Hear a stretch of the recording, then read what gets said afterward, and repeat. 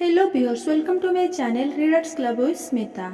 आज हम Napoleon Hill का practical step to think and grow rich book का सेकंड चैप्टर का 4 पार्ट पढ़ने जा रहे हैं। अपने पास मौजूद अवसरों और संसाधनों को महत्व दें।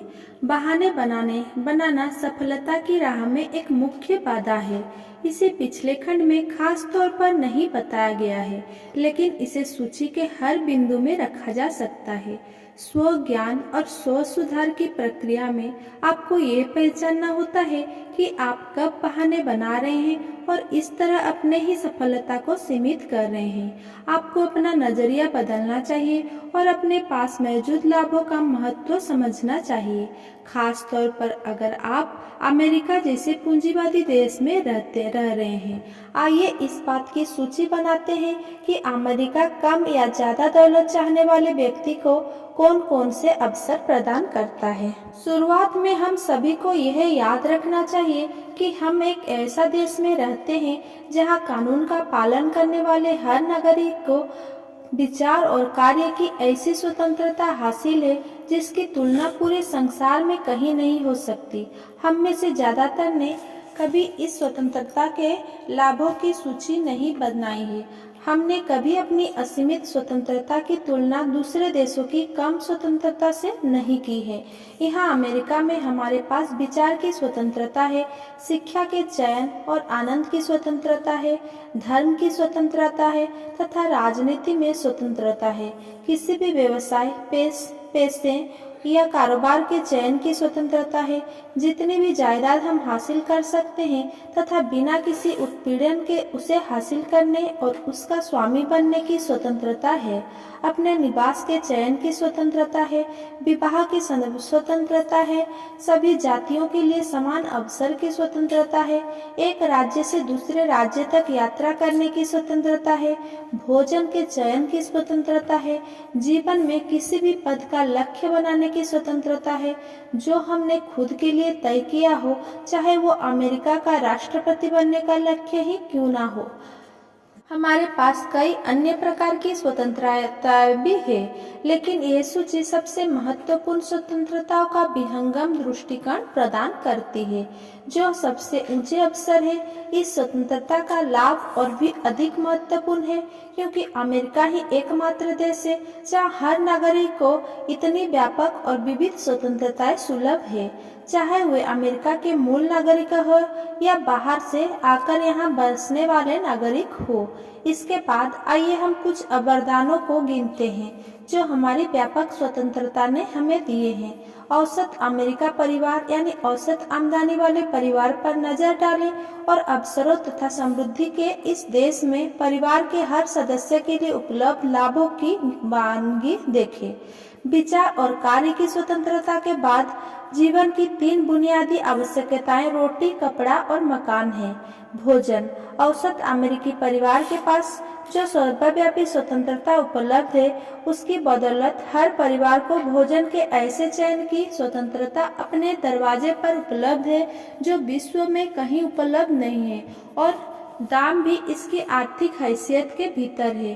पोशाक, अमेरिका में कहीं भी स्त्री पुरुष अपने कपड़ों की आवश्यकताएं पूरी कर सकते हैं और औसत परिवार की तनख्वाह में आरामदेह तरीके से पोशाक पहन सकते हैं।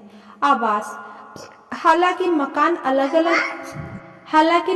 अलग अलग आकार और गुणवत्ता के होते हैं, लेकिन हर परिवार एक आरामदेह घर या अपार्टमेंट में रह सकता है जो गर्म और ठंडा हो सकता है, जिसमें खाना पकाने के लिए गैस या बिजली होती है और बिजली की रोशनी होती है, सब कुछ वाजिब दाम पर।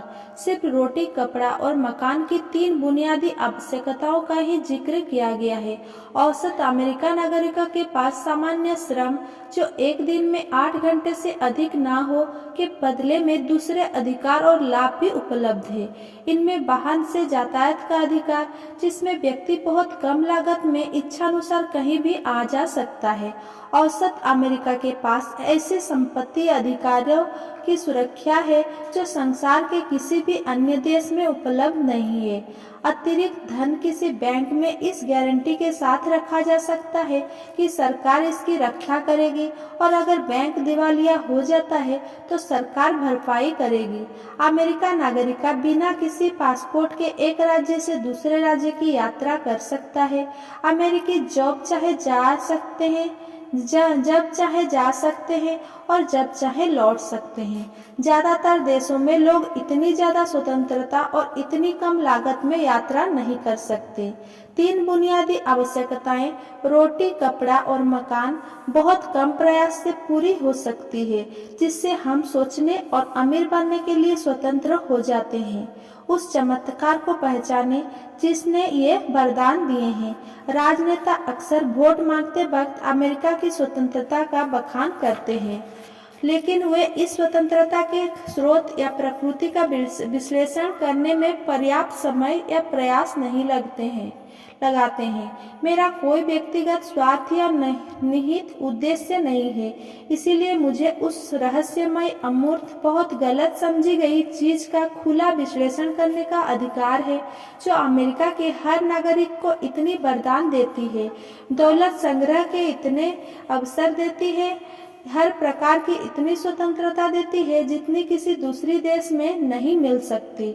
मेरे पास इस अदृश्य शक्ति के स्रोत और प्रकृति के विश्लेषण का अधिकार इसीलिए है क्योंकि मैं उन कई लोगों को चौथाई सदी से ज्यादा समय से जानता हूँ जिन्होंने उस शक्ति को संगठित किया है, और कोई ऐसे लोग को भी जानता हूँ जो इसके रखरखाव के लिए जिम्मेदार रहे हैं।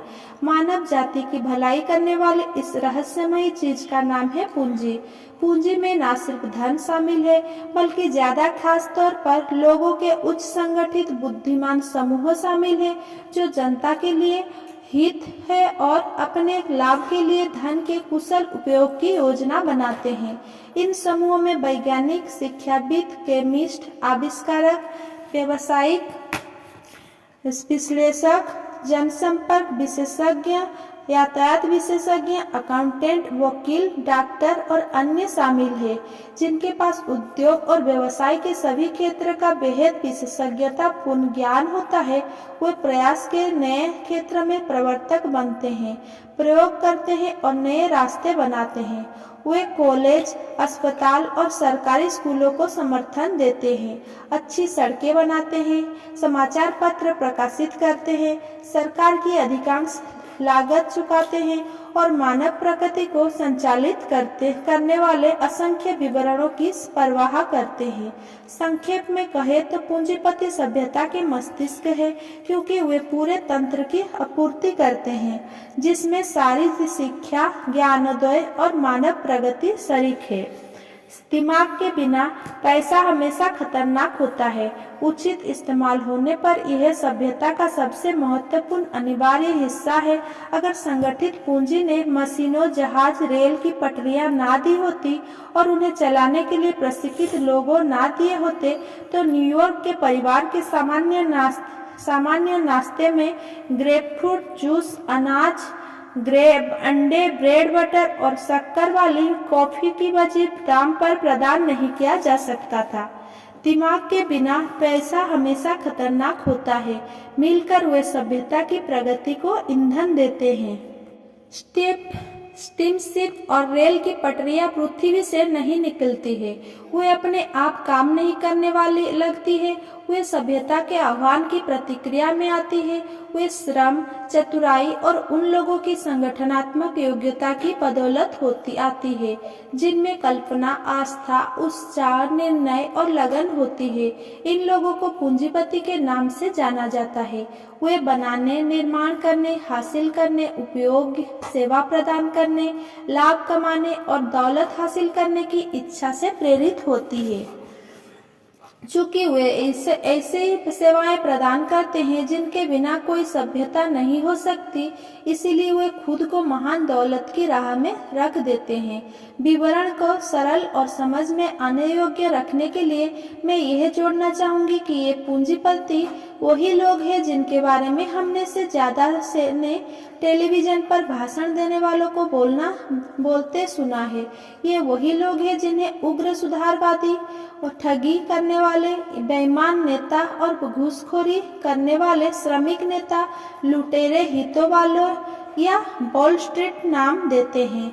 मैं लोगों के किसी ऐसी समूहों या अर्थशास्त्र के किसी तंत्र के समर्थन या विरोध में तर्क नहीं दे रहा हूँ। जब मैं घूसखोरी करने वाले श्रमिक नेता कहता हूँ तो मैं सामूहिक सौदेबाजी की निंदा नहीं कर रहा हूँ, न ही मैं पूंजीपति कहलाने वाले सभी लोगों को साफ सुथरा होने का प्रमाण पत्र दे रहा हूँ। इस पुस्तक का उद्देश्य, जिस उद्देश्य के लिए मैंने अपनी जिंदगी के 25 साल निष्ठापूर्वक समर्पित किए हैं, ज्ञान चाहने वाले सभी लोगों के सामने सबसे विश्वसनीय दर्शन पेश करना है, जिसके जरिए इंसान जितनी चाहे उतनी दौलत का संग्रह कर सकता है।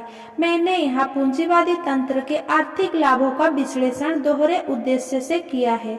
जो लोग अमीरी चाहते हैं उन्हें उस तंत्र को पहचानना चाहिए और उसके अनुरूप ढलना चाहिए जो छोटी बड़ी दौलत की सभी नीतियों को नियंत्रित करता है और नेताओं को तथा जनतेज को भाषणबाजों द्वारा दिखाई जाने वाली तस्वीर का दूसरा पहलू पेश करना, जो मुद्दे को धुंधला कर देते हैं और संगठित पूंजी को इस तरह पेश करते हैं मानो इसमें जहर भरा हो।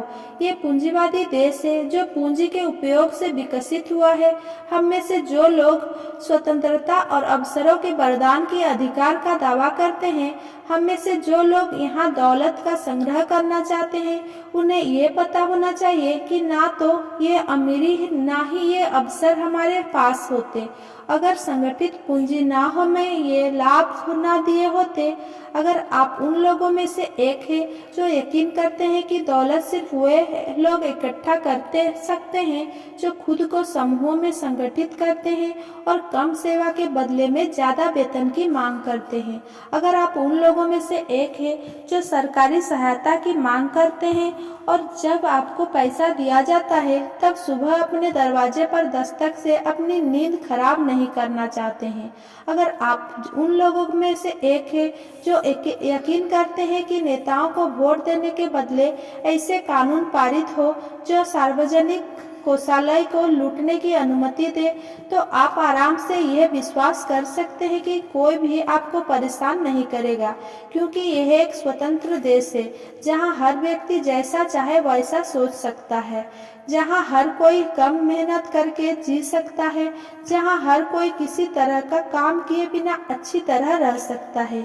बहरहाल आपको इस स्वतंत्रता के बारे में पूरी सच्चाई जान लेना चाहिए, जिसके बारे में इतने सारे लोग डींडे हाँकते हैं लेकिन बहुत कम समझ पाते हैं। हालांकि यह बेहतरीन है और हालांकि यह इतने सारे अधिकार देती है, लेकिन यह बिना प्रयास के अमीरी नहीं लाती है, ना ही ला सकती है।